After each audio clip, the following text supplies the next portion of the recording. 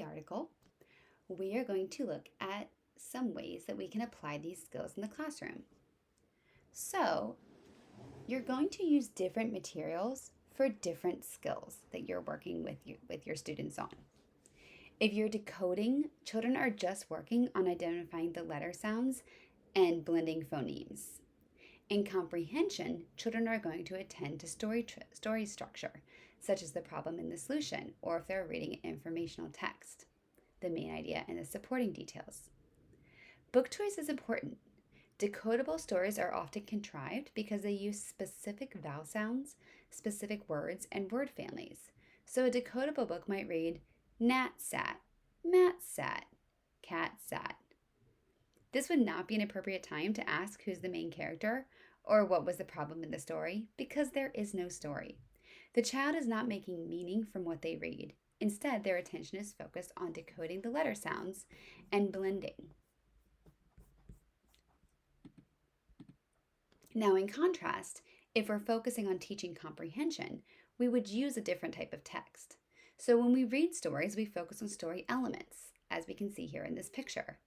Note, if we stop and ask what's the beginning sound of the character's name, we are taking focus away from the character, the description of the character, the motivation, or the feelings of the character. Or if we stop to point out and ask who is the author and illustrator, or if we point out the cover of the spine of the book, the attention moves away from understanding the story and puts the focus on print concepts. There are various types of reading in the classrooms, and it's important to know the appropriate books to use and the right instructional strategies for the right time. Shared reading is when the teacher reads a story to the entire class. Typically, students are not able to read that story themselves. Guided reading is when the children read with the teacher's support, so the books might be at children's current reading ability. Children really practice reading. Decoding is when children are practicing new letter sound associations and blending. Independent reading is when children can read a text on their own without teacher support. The rest of this session, we will focus primarily on decoding. Word decoding skills involve these two components, phonemic awareness and phonics.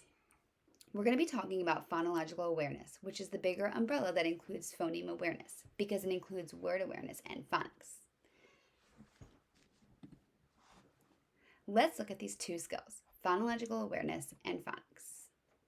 The main focus when teaching reading are the letters and the letter sounds. Remember, when children get to third grade and they don't know how to decode, they often resort to guessing, looking at pictures, looking for context clues, or listening to their neighbor and repeating what they say. As the reading material becomes increasingly more academic and content heavy, if children haven't learned decoding skills, they will struggle with reading.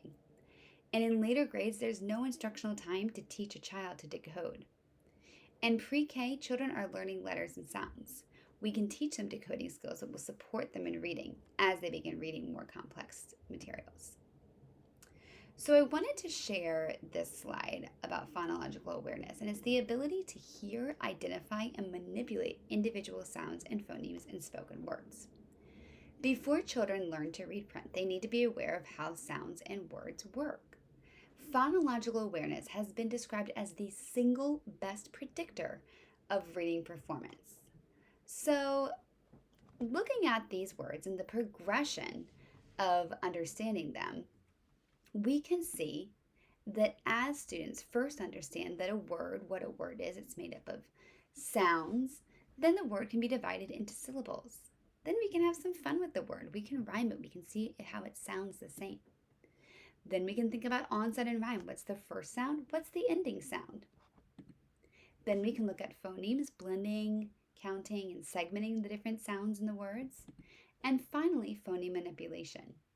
You might notice that this bears a striking resemblance to the ECR Literacy Essentials gradebook.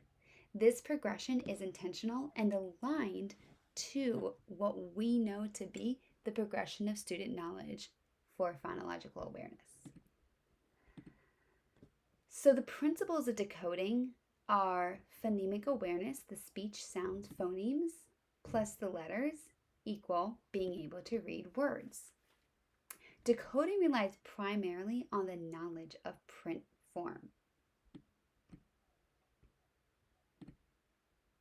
Now, one thing we do want to note is that it's very important to pronounce the letter sounds without the schwa sound. The schwa is the a or the that comes when you try to say a letter sound by itself. So be careful, because if you're saying the word bench, but children have been taught that the b sound sounds like buh, then they're going to have a lot of trouble decoding a word like bench, because they'll want to say bench instead of bench. So just wanted to note this and point you in the right direction of some places where you can find the correct letter sounds.